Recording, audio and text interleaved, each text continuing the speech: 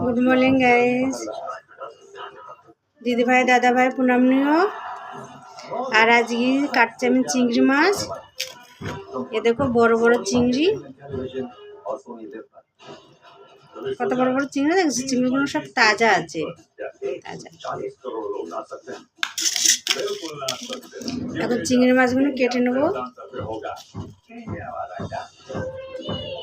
ভালো করে পরিষ্কার করে কেটে নেবো চিংড়ি মাছগুলো।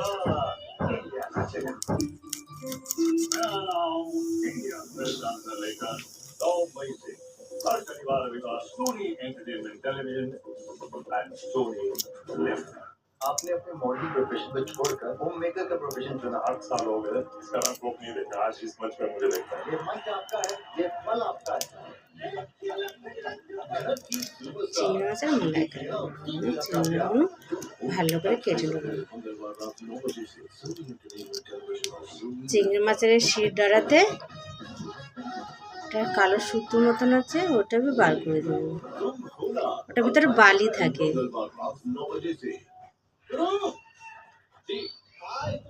এই দেখো,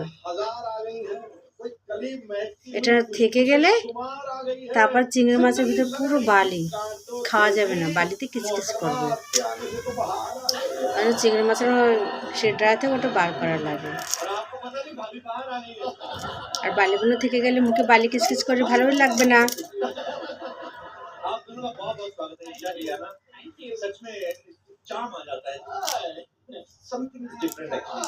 সব মাছগুলো এবার করে আমি কেটে নেব।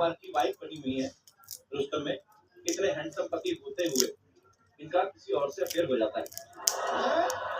तो ये स्क्रिप्ट की डिमांड थी या मैं इसे अपने लिए कोई इशारा समझूं?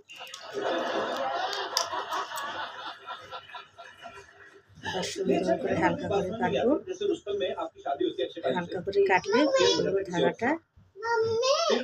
জি, ভেরি গুড। शादी किसी और से। খাবার বার হয়ে तो গেছে। आप दुनिया में लड़कों को कंफ्यूज करने आई हैं? এভাবে করে সবগুলো কেটে নেব।